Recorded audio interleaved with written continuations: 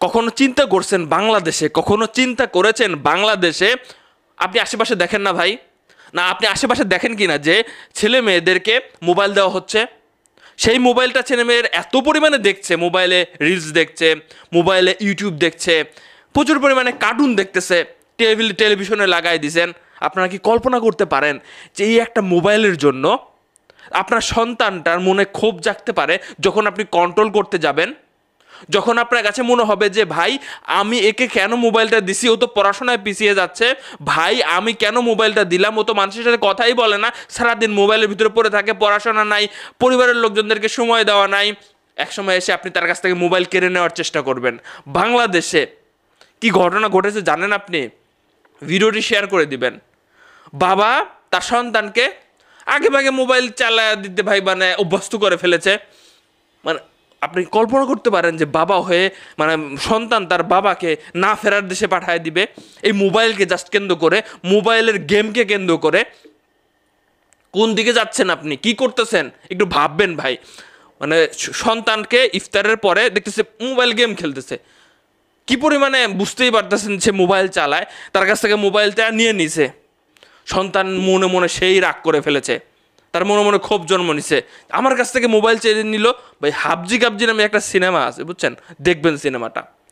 সিনেমার মধ্যে দেখানো হয়েছে যে একজনকে আপনি মোবাইল দিয়ে ছোটবেলা থেকে যদি আপনি বড় করতেছেন, পরবর্তীতে আপনি যদি মনে করেন যে আমি হুট করে তার কাছ থেকে মোবাইল কেড়ে নিব, সে আপনাকে শত্রু ভাববে, সে আপনাকে শত্রু ভেবে আপনাকে ও পারেও পাঠায় দিতে পারে।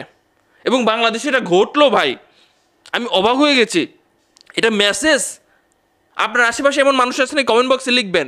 তো ইফতারের পরে সন্তান গেম খেলছিল, মোবাইলটা কেড়ে নিয়েছে, সন্তানের মনে ক্ষোভ, আমার বাবা কেন মোবাইল কেড়ে নিল। মানে বুঝতে পারতেছেন এই যে এই ছেলেটা, সে তার বাবা যখন নামাজ পড়তেছিল সে পিছন দিক থেকে গিয়ে আঘাত করেছে। আঘাত করার ফলে তার বাবা সেখানে অনেকক্ষণ কাতরাচ্ছিল, হাসপাতালে নিয়ে যাওয়া হলো। হাসপাতালে নিয়ে যাওয়ার পরে আর নাই, তার বাবা নাই। কারণ কি, তার গেমস খেলতে দেয় নাই, তারা মোবাইল দেয় নাই।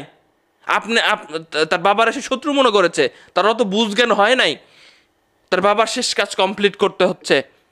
সন্তানকে ছাড় দিবে না, হয়তো বা সাজা কম হবে, কিন্তু তার গ্রেপ্তার করা হয়েছে, তার জীবনের অনেক কিছু এখনো পর্যন্ত বাকি আছে। আপনি কি চাইবেন কখনো এমন ঘটনা আরও বাংলাদেশে ঘটুক?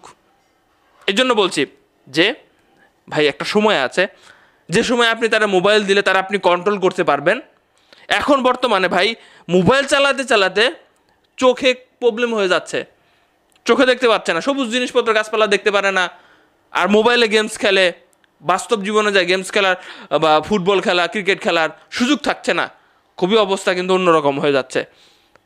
ভালো থাকবেন, ভিডিওটি শেয়ার করবেন যাতে এমন ঘটনা বাংলাদেশে না ঘটে। বাবা মারা সচেতন হোক, মোবাইল দেওয়া থেকে অল্প বয়সে ভাই নিজে একটু সময় দেন, এটারে বোঝা মনে করেন না।